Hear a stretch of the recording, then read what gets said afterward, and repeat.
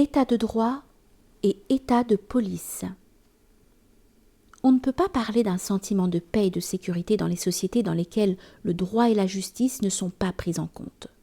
Cela affecte et détériore toutes les relations dans le domaine judiciaire, administratif, politique, économique ou moral. La détérioration de ces relations nuit à la paix et à l'ordre dans la société. C'est pourquoi le concept de la justice est un concept très souvent évoqué par Rumi et qui figure parmi les concepts clés du Masnaoui. De nos jours, le concept actuel le plus intimement lié à la justice est la notion d'état de droit. En fait, ce que nous appelons le principe de la justice lorsqu'il concerne les relations interpersonnelles prend le nom d'état de droit lorsqu'il se trouve appliqué aux relations entre l'État et l'individu et aux problèmes qui en découlent. Lorsqu'on lit le Masnaoui sous cet angle, il apparaît que Rumi a pour but de parler aux hommes d'État en utilisant les concepts de justice et d'injustice qui doivent être analysés à l'aune des critères contemporains. La justice est le but et l'état de droit est un outil pour y parvenir. Qu'est-ce donc que la justice ? Le concept de la justice signifie attribuer à chacun des droits et des devoirs et les faire respecter. La définition la plus courte de la justice est de donner à chacun son droit et qu'il mérite. Les définitions suivantes de la justice faites par Rumi dans le Masnaoui sont conformes à cette définition de la justice. Qu'est-ce que la justice ? Mettre une chose à sa juste place. Qu'est-ce que l'injustice ? La mettre à une mauvaise place. Qu'est-ce que l'injustice ? Mettre une chose hors de la place qui lui convient. Prends garde. Ne la laisse pas perdre en la déplaçant.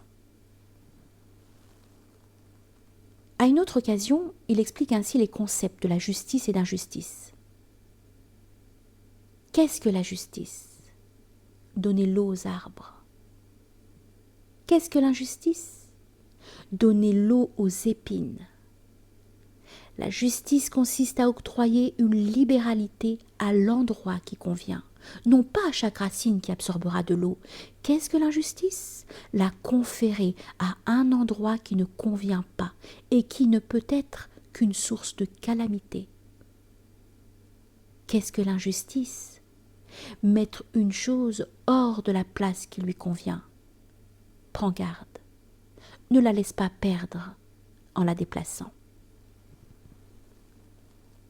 Selon Rumi, l'homme cruel est celui qui ne fait pas ce qu'il doit faire.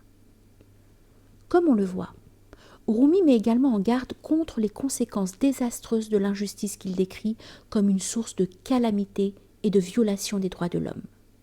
Ces atteintes aux droits de l'homme constituent une bombe sociale pour les États et les peuples concernés. Le XXe siècle a vu un grand nombre d'États policiers et de dictatures s'effondrer suite à l'explosion de l'Union soviétique. En 2011, c'est au tour du monde arabe de voir plusieurs dictatures tomber, donnant l'impression de voir les paroles d'Omar, deuxième calife, surnommé le Juste, devenir réalité, quand il disait « La justice est la base de l'État, et l'injustice est la ruine et la destruction de l'État. » Rumi souligne expressément qu'un pouvoir qui ne repose pas sur la primauté du droit n'a aucun avenir, quand il dit « Le pouvoir qui n'est pas juste, considère-le comme n'ayant aucune puissance. Le pouvoir qui s'est usurpé est sans cœur, sans âme et sans yeux. Le pouvoir que le peuple t'a octroyé, il te le retirera comme une dette. Rends à Dieu le pouvoir que tu as emprunté en rendant la justice, afin qu'il puisse t'accorder le pouvoir accepté par tous. Prends garde. Ne te réjouis pas d'un royaume octroyé de façon précaire. »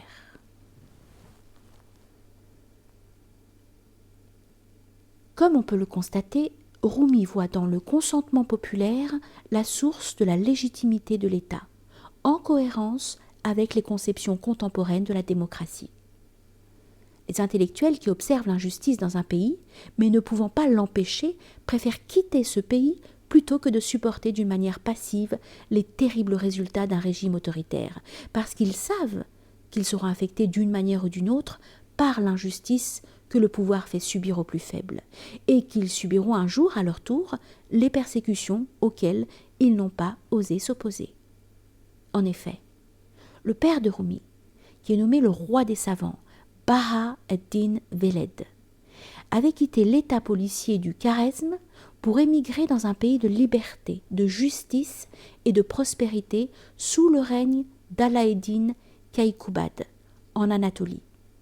Le résultat de cette attitude continue à illuminer l'Anatolie et le monde entier du dôme vert à Konya. Rumi recommande de se comporter de la sorte.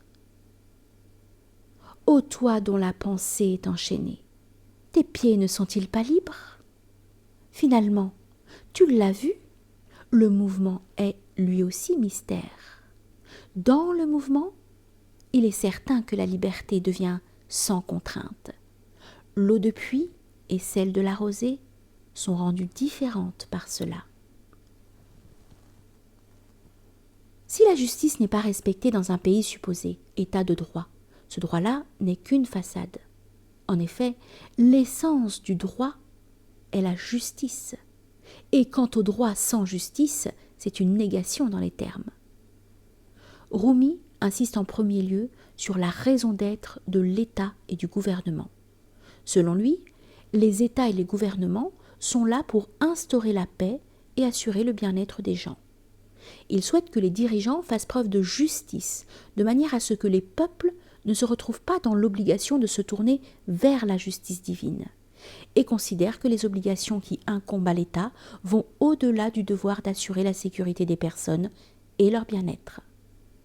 L'État se doit également d'éviter toute forme d'injustice qui pourrait causer des blessures dans leur cœur.